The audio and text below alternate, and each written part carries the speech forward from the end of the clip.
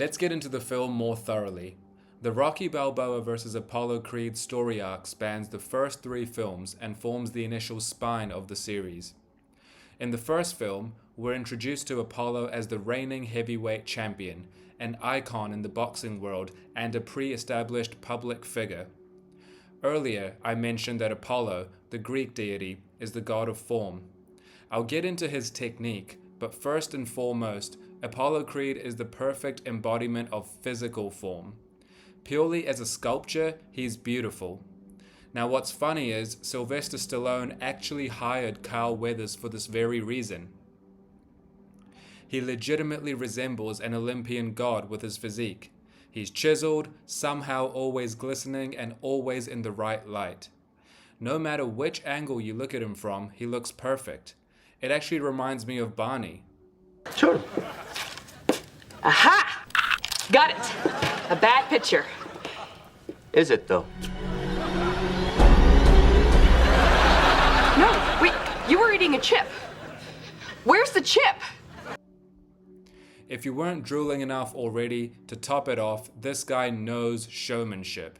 His pre-show rituals are like a MAGA rally. Everything is a spectacle with Apollo, and he revels in it. Meanwhile, in this first film, Sylvester Stallone's character Rocky is a small-time fighter who collects debt to just about earn a living. He is almost entirely unknown. Adding to this imageless identity is his job. Collecting debt for a loan shark isn't something he's proud of. He's repeatedly apologetic, but more profoundly, is living another man's life and existence. Collecting debt means exacting restitution on someone else's behalf. At least the persona Apollo dons is the one he freely chooses. Rocky is in a pre-persona stage, and given the limited budget and backing of this film, they've showcased this contrast very well. We'll talk more about the astonishing conditions under which the film was made a bit later. But for now, Rocky's scenes are generally in low light with somber music. There's a sober, understated nature to his interactions and dialogues. The undertone, as the viewer, is that this character is either a has-been, It's official, old buddy. Well, has been. or, as his argument with his soon-to-be trainer Mickey illustrates, a never was. Rocky is a never was. Even that DiCaprio scene of dejectedness is too good for him. Apollo is living the dream Rocky never got to live. Chances are, Rocky wouldn't have wanted the loud spectacle and noise anyway. But what he did dream of was being the champion, someone renowned, revered, and respected by the people for his aptitude.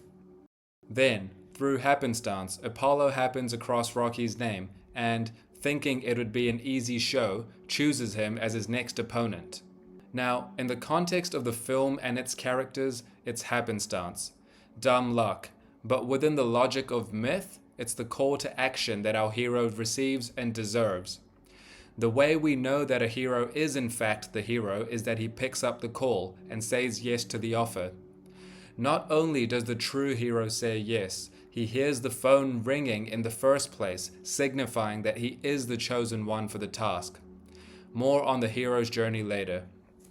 And then, the entirely unexpected transpires. Rocky goes the distance against the reigning champion. It really don't matter if I lose this fight. It really don't matter if this guy opens my head either. Because all I want to do is go the distance. We see the first inextricable connection between Rocky and Dionysus. There is some eternal wellspring that Rocky naturally pulls from when he's up against it. He goes to that place, that goddamn place. And he has to, because on the face of it, what right does Rocky, small-time club fighter, have to stay standing for 15 rounds against the world champion? All logical constraints, literal physical constraints even, have to be surpassed psychically for Rocky to not fall down and stay down. Apollo can lay in punch after punch because he's worked hard to be the champion. He looks the champion, and he fights like it too. But in Apollo's head, Apollo is the champion. In Apollo's head, he is an identity that is formed and now needs protecting. There is a quantum there that exists that can be lost. What can Rocky lose? There is no identity there to begin with. Or at least, there's no identity there that invigorates the shell, the casing that occupies the man. I imagine Rocky personifying this line from Vision and the Riddle from Thus Spake Zarathustra.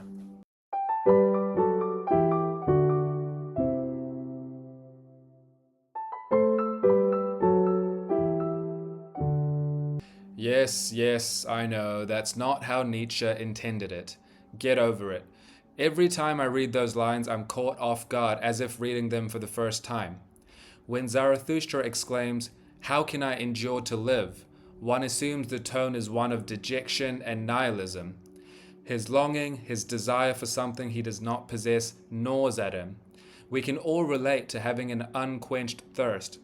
But then, in classic Nietzschean fashion, he twists it. And how could I endure to die at present?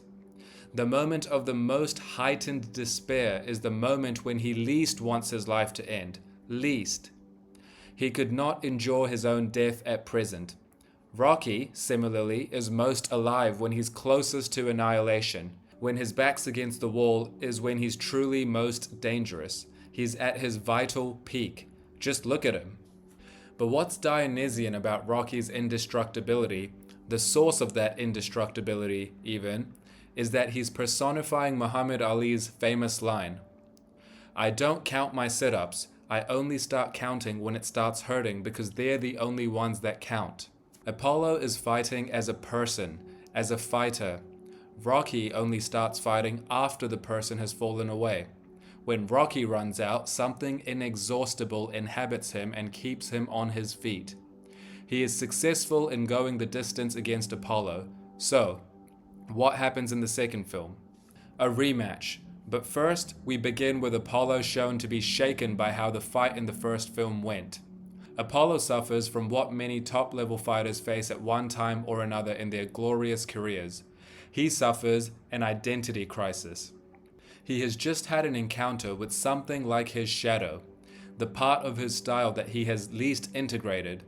Probably an aspect of reality he was actively repressing in himself that led him to the steep mountain of the boxing world in the first place. So you can imagine his stunned horror when he encounters that energy head on. Losing the tightly bound ego in the ring is certainly not something Apollo specializes in, nor has he needed to thus far. All right, say you do that. You know, sooner or later somebody's gonna come along that slices a better cheddar. But Rocky has come at him like a freight train. Ordinarily, as the champion, Apollo just cherry picks the fights he wants to have, so he doesn't have to worry about this kind of thing. Had he known that Rocky was Dionysus incarnate, he wouldn't have picked him in the first place. Now, all said and done, Apollo did win the fight, but for a man of class, refinement, and grace like him, that just isn't enough. You got the decision. Man, I won, but I didn't beat him. What are you afraid of, Tony? Hence the identity crisis. But what happens when the god of form becomes reactive instead of proactive? Until now, Apollo has only had to worry about the upward ascent. The endless stairs that Poe sees at the entrance of Jade Palace are no problem for Apollo Creed. He's actually like Tigress, a virtuoso who's done things by the books from day one. In every traditional sense, he is the perfect boxer. Refine your technique, train harder than everyone else. I'm not saying it's all about input factors though, as that would be an oversimplification of what Apollo has had to endure undoubtedly on his way to the top. There is of course an uncontrollable element to it too. One of my favorite thoughts comes from Seneca, who puts it rather eloquently when he says, "Luck is when preparation meets opportunity." Do everything you can, and when the opportunity presents itself, jump on it, which Apollo did. There is a bi-directionality even in the steep climb. However, like I said earlier, Apollo is the god of distance. Distance is inseparable with perspective. I'm over here, you're over there. I can clearly see the distinction between you and I. It is this distinction that confers unto me the control that fundamentally constitutes my identity. That is Apollo. How can Apollo shoot the perfect arrow at his enemy or strike the perfect blow if he's not the right distance away? It doesn't even make sense.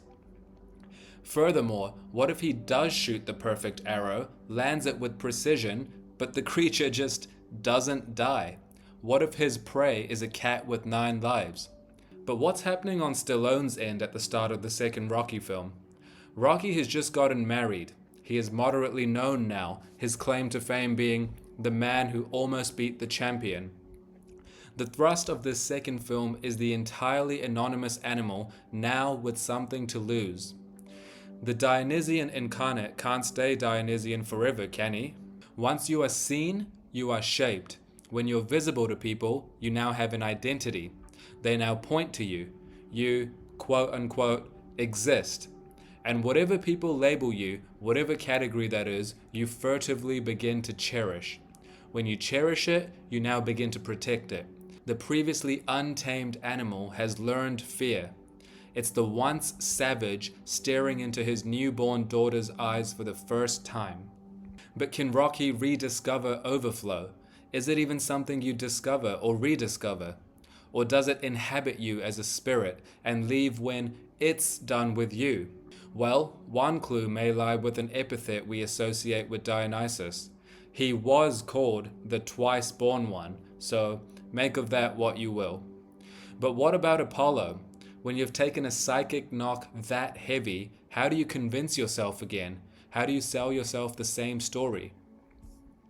But because this is a movie that people are paying to come and watch, the makers do have to move the story along, so the big fight then happens. If Rocky 1 was Apollo as the self that already knows itself, and Rocky was the as yet unborn self, Rocky 2 has the roles somewhat inverted. Apollo Creed now needs to prove himself, perhaps most of all to himself, that he's a real, clean, actual champion, that he wasn't pretending all this time. Image restoration is required. Prove that the marvelous sculpture has something to say even after encountering the formless. But the issue becomes apparent straight away. Form, when fragile, isn't really form, is it? Think of this Napoleon quote. "Destiny urges me to a goal of which I'm ignorant. Until that goal is attained, I'm invulnerable, unassailable.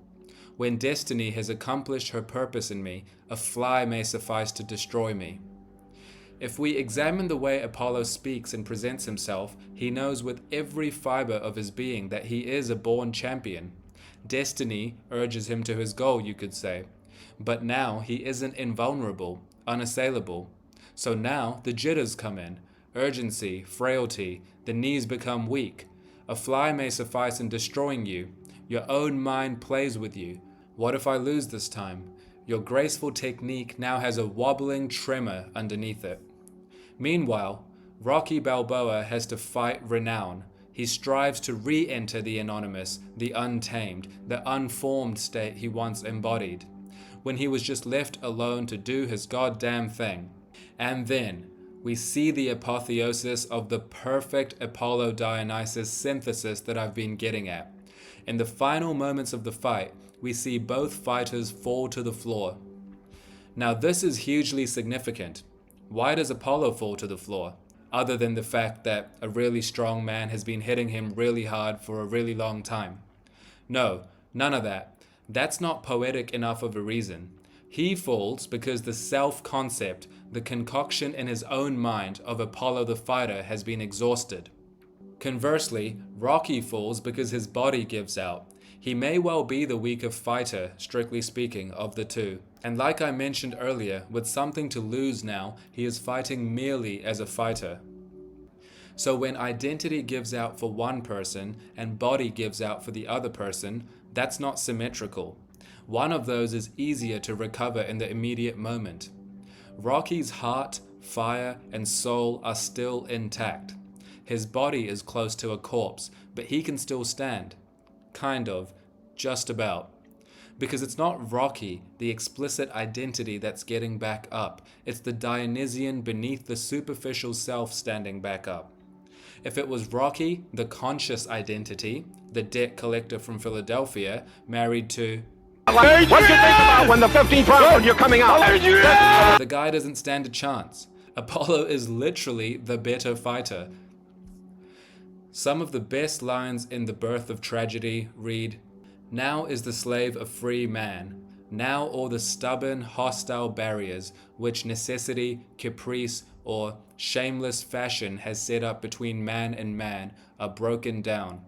Now, at the evangel of cosmic harmony, each one feels himself not only united, reconciled, blended with his neighbor, but as one with him, as if the veil of Maya has been torn and were now merely fluttering in tatters before the mysterious primordial unity.